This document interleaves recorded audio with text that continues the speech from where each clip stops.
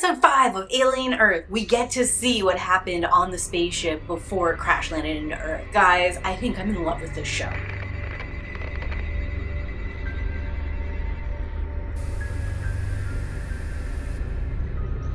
First and foremost, I want to thank you guys so much for watching my mega review of Alien Earth episodes 1 to 4 that I released last week. That was hugely successful, way more than I expected, and I really appreciate you guys tuning in and talking to me about what you're thinking on the show.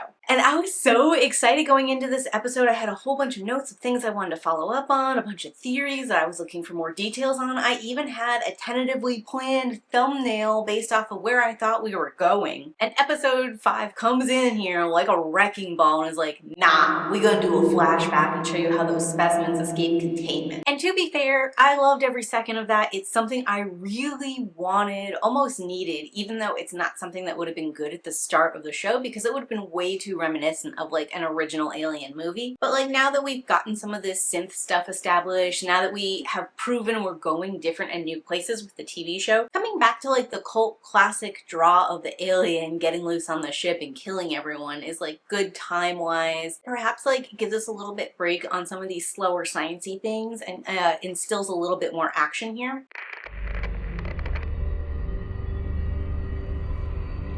It also answers a lot of my questions and considerations. Like now I know officially there are no human survivors except for Morrow, our cyborg character. Which part of me is a little disappointed on that because I wanted Tang, that like creepy guy, to still be around, and I wanted his creepiness to be for some reason other than the fact that he's just a gross dude. But I guess it's equally realistic, he's just a disgusting human being. Also mildly interesting that that guy knew who the saboteur was way before security did, and he never said anything about it. Is that just because he was being a creeper staring at that girl and he didn't want to get caught? And once the sabotage became like so obvious and intense, why did he not say anything before it was too late? I guess he got what was coming to him considering he's dead now, but his whole character arc, personal motivations, all of that, I'm like fascinated by why he did what he did. Starting with being a creeper, but like ending with him not even acting to preserve his own life. And the reveal that Boyd Cavalier has always been aware of this expedition and always intended to take the aliens was like a pretty interesting one to me. On one side, I don't necessarily love the corporate espionage as the reason these specimens were able to escape containment. There's an aspect in the Alien franchise that's always sort of been about like how humans are trying to control nature and they just can't do it, and every time we think we've got it under control and corralled,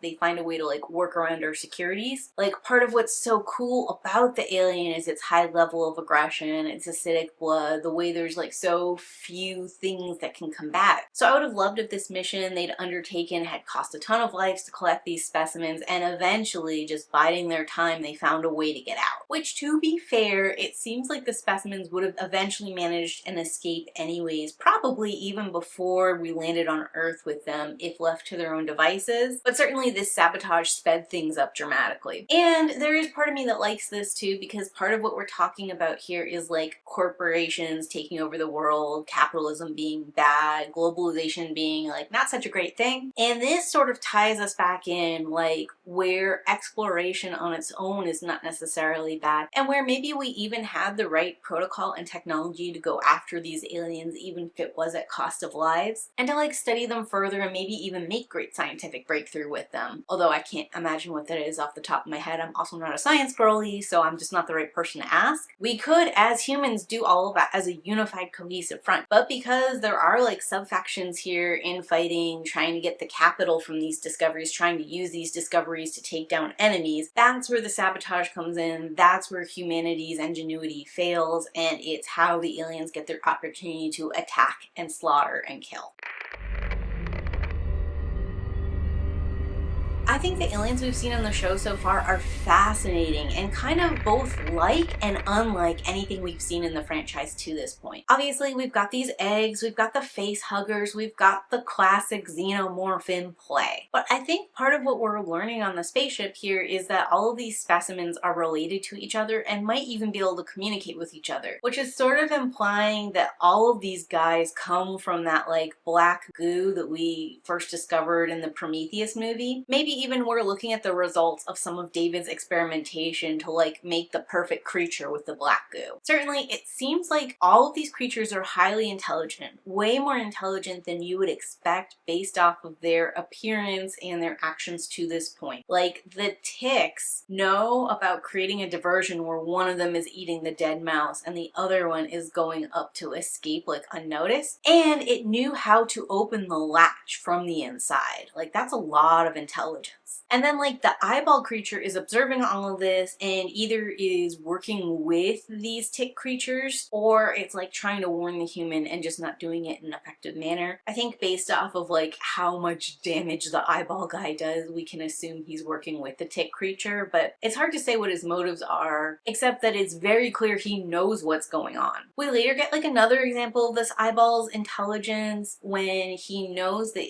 his particular container is unsecured and he knows how to utilize that to escape. I think that really is like amping up the dread and sense of foreboding I have regarding these aliens now in the Neverland base. Like, no matter how secure the facility is, because creating a secure facility creates routines and like sticking to them and all of that, and there's a lot of unexpected interruptions that happen at this base, combined with the fact that sticking to a routine means that these aliens can learn, understand that routine, and figure out how to sabotage it on their own. Like, it just doesn't seem like this is gonna work out, and I feel even more certain now that something is gonna go wrong than I thought beforehand. Like, whether this blows up in their face because there's a lot of different external pressures or internally the aliens just eventually figure it out and game the system, it feels like an inevitable eventuality that they're gonna break out and cause destruction across the island. And lastly, with the eyeball alien, it does manage to take over the engineer's human body at a climactic moment in this episode, and it is making like those clicking communication noises that Wendy is also making, which says to me that at least the eye believes that it can communicate with the aliens. Now, I don't know how good the communication goes. I don't know if these things are allies or enemies, because then we get like a confusing scene where he summons the alien, the cyborg like shoots him to get past him, and then it's just eyeball dude and the alien facing off, and the alien and them fight. Why are they fighting if they can communicate with each other and they're on the same team? Also, I don't think the eyeball alien can infect a xenomorph because I am not sure it can get into the eye socket there and into the brain, and even if it could, the xenomorph has acid blood and I think that might burn up the eyeball. Although you never know, because acid can be like very corrosive to something like metal but not harm other materials, so maybe he's got some kind of protective barrier. I, again, don't know. We'll be very curious to see about stuff like that in the future. And all this really has me building and wondering, like, are the aliens the scorpion, and all different like branching versions of the scorpion where they see like you attack one of them, you're kind of attacking all of them. Like, if you found these creatures left in the wild, they'd fight each other and they'd go after one another, but if you capture all of them and contain them, then they're collectively working together against you for their freedom. We did talk about it a little bit, but the fact that Boyd Cavalier has orchestrated a saboteur to be on the Weyland-Yutani ship is wild to me. For starters, how can they have face-to-face connection on a Weyland-Yutani vessel? Like, why are we not tracking who these people are contacting a little bit better? I'm surprised we don't know Boyd Cavalier's voice and like immediately shut down things or like listen into them and alert someone when you hear him. I would have really rathered if there was like an intermediary that he was talking to on behalf of Boyd Cavalier, or if the two of them were trading like coded email messages back and forth. And I'm wondering if the reason we don't see that is to show like the hubris of these corporations and like the obvious weak spots they have in their security net, or if this is a situation where we just didn't trust the audience to pick up on it if it was too subtle, so we had to have that smug Boyd's face there on the other end. Also, this has me wondering if the reason we have a secure facility in Neverland was always because he intended to capture these alien species. Maybe there's not a third project that requires it. Maybe he's always been prepping this bay. But on the flip side of that, I am also wondering why no one else knows that this is a thing Boyd Cavalier was doing. Like, you would think he would have a research team up and ready to go, and he seems really unprepared to collect these aliens. Which also leads me to speculate on possibly like a third kind of out there option, that the Boyd Cavalier the saboteur was working for was actually like a deep fake, and it was always Weyland-Yutani's like goal not to collect these aliens, but to release them in Prodigy land and let them just kind of ravage the Prodigy company and resources while they go on and slowly overtake the land. I could be really wrong there, but it is interesting to me that they worked so hard to get these specimens. They said the specimens was like the goal at all costs, and then when they land, they make very minimal attempts to actually retrieve the specimens, and in fact they tell Morrow slash the cyborg to come back in and debrief. They don't want him to pick up the aliens. Like, maybe this has all been an elaborate plan to land those aliens there and have Boyd Cavalier pick them up, including tricking one of their own company team members. I don't know, that makes sense to me. It also makes some sense to me that Boyd Cavalier was actually undermining the spaceship from the start and he just doesn't give a crap about his people or his places. Like, he doesn't feel the need to update anyone about what he's doing or why he's doing it. He doesn't care if New Siam falls to shambles to the alien specimens. If this was the case, it would at least make sense why Wendy can talk to the aliens. Like, it seems like maybe he'd have just enough knowledge to create some form of communication or attempt at communication, instead of kind of like accidentally stumbling into it, which is sort of what we've been led to believe up until this episode.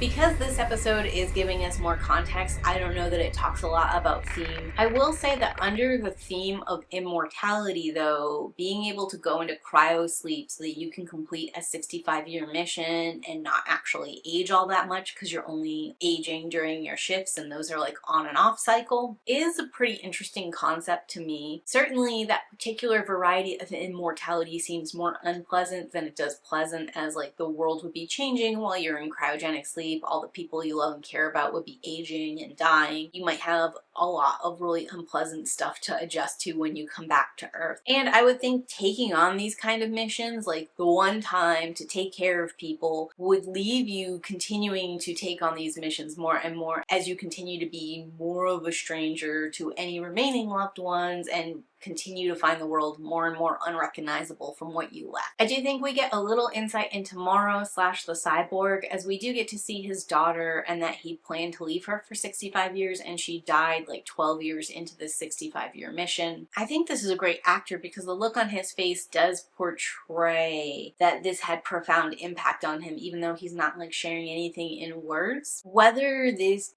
was like the impetus that really pushed him into full loyalty for the company, or whether he always had this kind of loyalty for the company, is kind of up in the air, but it does make it very clear there's nothing for this man to come back to, and he was expecting to reunite with his daughter, even if she was going to be a lot older than him when he returned to Earth. And from the little snippets of conversation we get with the crew and the bits of insight here and there, he is the only person that seemed to have something he intended to return to on Earth. So in some ways, it's like really sad that she died so early in, and a little bit ironic that he's the only survivor. I am sort of wondering where in the timeline the meeting he has between the Yutani head is and where we are in present day, because directly after he got off the spaceship, he contacts Yutani and refuses to come in and insists that he's going to get the aliens. Then at some point, he manages to escape New Siam, go over to the Yutani headquarters, have this face-to-face, and it seems like Yutani is still intent on getting these aliens back, which kind of undermines my potential theory that the whole Boyd Cavalier thing is a deep fake. Or maybe it's Whale and Yutani playing both sides, thinking like, yeah, we can have these aliens destroy Boyd Cavalier, and we can get the remainder of them to do some kind of research. Thank you, Cyborg. I guess it depends a little bit on when they were able to talk to the cyborg. Like, how does he get out of New Siam? When is he able to speak to them? How is he going to get back to New Siam? These are all questions that are kind of left floating in the air, especially because they had intended to find that guy somewhere within the realm of New Siam. You'd assume that Prodigy had some kind of lockdown system in place, and if Morrow can get through that lockdown, then that doesn't bode well for their ability to keep the aliens under control either. And I think that's most of what I observed and found important here in episode 5 of Alien Earth. Like I said, I am thrilled that we got to see the ship sabotage and how the aliens escaped and what they did when they got out. We learned so much about them through that little mini adventure, but I'm very anxious to return to Wendy's story and what's actually going on that Neverland island. Talk to me in those comments down below though. How do you feel about the show so far? And do you have any fun predictions I should keep an eye out for? And as always, keep